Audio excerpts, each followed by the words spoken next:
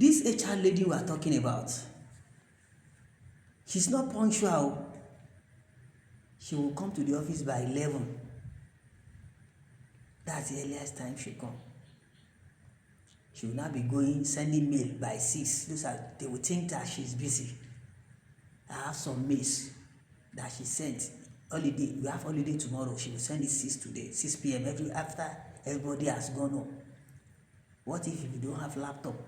What if meanwhile, majority of the staff, they don't have their email configured on their phone because of policy. So most of the time that people observe holiday, they observe it based on what the government has sent, not based on what she's sending. What do you call that? I have a mail where she sent that there will be holiday today. She sent that mail on the day of the holiday.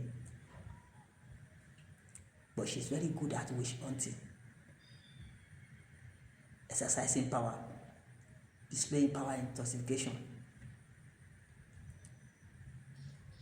I have a mail where this lady, she sent a mail to her staff telling them to use 2 different fonts for writing, Times New Roman and one other one. I went to meet her. I said, why do we want to use 2 types? So some people will change to Times New Roman, some people will change to some other things.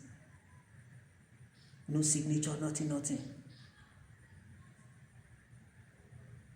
Until recently when she her staff who helped her to write all those things.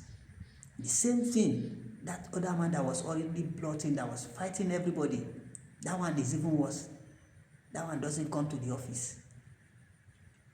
The day he chose to come, maybe once in a week or twice in a week, he will come by 2. 1, 2. All these things are verifiable. They can be checked in the CCTV. The company does not clock in. And those people don't write register. Even though I have samples of the copies of the register page for all the floors. They don't clock in, but you can check the CCTV.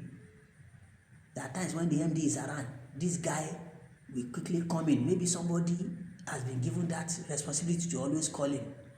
Anytime the MD is around, he will rush in. He will now go upstairs to go and see the MD. I'm sure to register his presence. The man will know that he doesn't come to the office. He'll be coming by 1, 2, once in a week. With all the big, this thing is carrying home, Ghana must go. Despite not being on top of the job, not knowing the job. And he was giving key staff problem. Sending the same people that were making the company proud, sending them out, frustrating them. The same thing we heard he was doing where he was before they asked him to resign. It's only in that company that you can hire the liability. Somebody that was a liability to some people was offloaded. You now hired him as a supposed asset.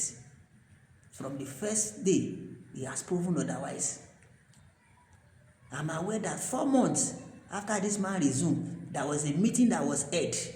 In that meeting, every of them agreed that this guy did not understand that job.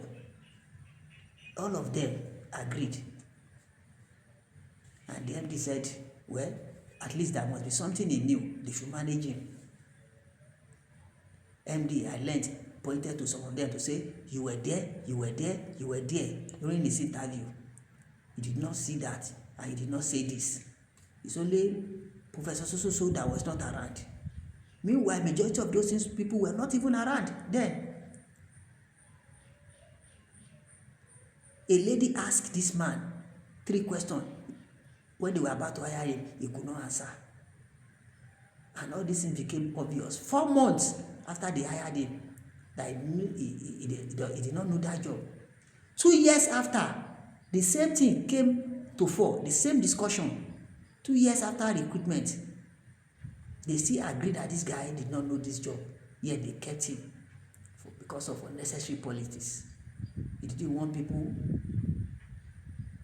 to know that you brought in the wrong person because you forcefully brought him in.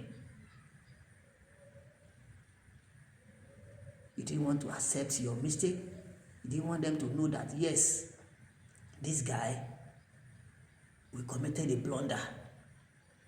And he too is not ready to learn. So, that is an environment. And when you work in that kind of environment as an auditor, you must be ready for the worst. Except you want to compromise. And I will not encourage you to compromise. Don't ever compromise your standard. Make sure you know the work. Like somebody will always say, he say, master your work. Right? Somebody will always say, become a friend of your work and not your bosses. The day your work will deliver you, your bosses may not be there for you.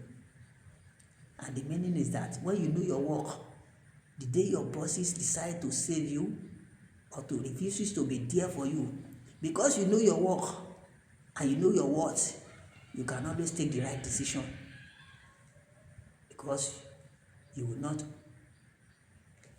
be useless. So those are the things that we are talking about.